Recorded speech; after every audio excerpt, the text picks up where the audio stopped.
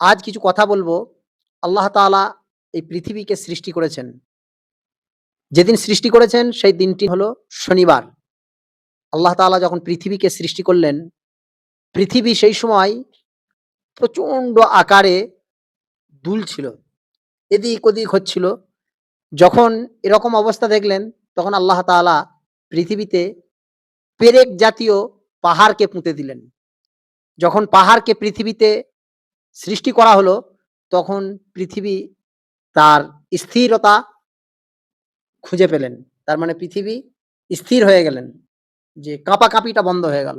তো সেই মুহূর্তে আল্লাহর কাছে আল্লাহর ফেরেশতারা প্রশ্ন করলেন, আল্লাহ, পাহাড় এত শক্তিশালী যে পাহাড়কে আপনি পৃথিবীতে সৃষ্টি করলেন আর পৃথিবী স্থির হয়ে গেল, কাঁপাকাঁপি বন্ধ হয়ে গেল?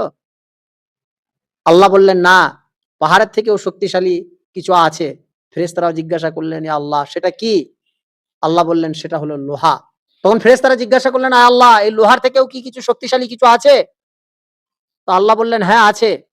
বললেন, ফেরেশতারা জিজ্ঞাসা করলেন, আল্লাহ, সেটা কি? আল্লাহ রাব্বুল আলামিন বললেন, সেটা হলো আগুন। যে আগুনের মাধ্যম দিয়ে লোহাকে আপনার গলিয়ে বিভিন্ন ধরনের সরঞ্জাম তৈরি করা হয়।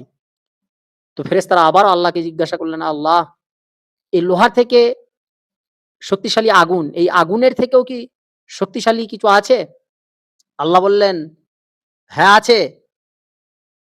ফেরেশতারা বললেন, সেটা কি? আল্লাহ বললেন, সেটা হলো পানি। যে পানির মাধ্যম দিয়ে আগুনকে স্তব্ধ করে দেওয়া যায়, বন্ধ করে দেওয়া যায়। ফেরেশতারা আবার আল্লাহকে জিজ্ঞাসা করলেন, আল্লাহ, এই পানির থেকে শক্তিশালী কি আরো কিছু আছে? আল্লাহ বললেন, হ্যাঁ, আছে। তো বললেন, ফেরেশতারা বললেন, আল্লাহ, সেটা কি? আল্লাহ বললেন, সেটা হলো বায়ু, বাতাস। এই বাতাসের মাধ্যম দিয়ে আগুনকে আয়ত্ত করা যায় এবং আগুনের ক্ষিপ্ততা, আগুনকে বাতাস দিয়ে ছড়িয়েও দেওয়া যায়। ফেরেশতারা আবারও জিজ্ঞাসা করলেন, আল্লাহ, এই বাতাস এত শক্তিশালী, তবে এর থেকেও কি আরো কিছু শক্তিশালী আছে? আল্লাহ বললেন, হ্যাঁ, আছে। ফেরেশতারা জিজ্ঞাসা করলেন, আল্লাহ, সেটা কি এবং কারা? আল্লাহ বললেন, সেটা হলো বনি আদম। অর্থাৎ আমরা মানুষ। এই মানুষ সবার থেকে শক্তিশালী।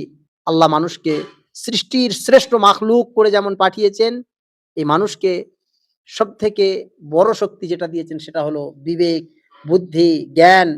আমরা প্রত্যেককেই আমাদের বিবেক বুদ্ধিকে কাজে লাগাই। আল্লাহ তাআলা আমাদের প্রত্যেককে কাজে লাগানো তৌফিক দান করুন। আমিন সুম্মা আমিন, আল্লাহুম্মা আমিন। যে প্রবাদ বাক্যটি জানি, ভাবিয়া করিও কাজ, করিয়া ভাবিও না।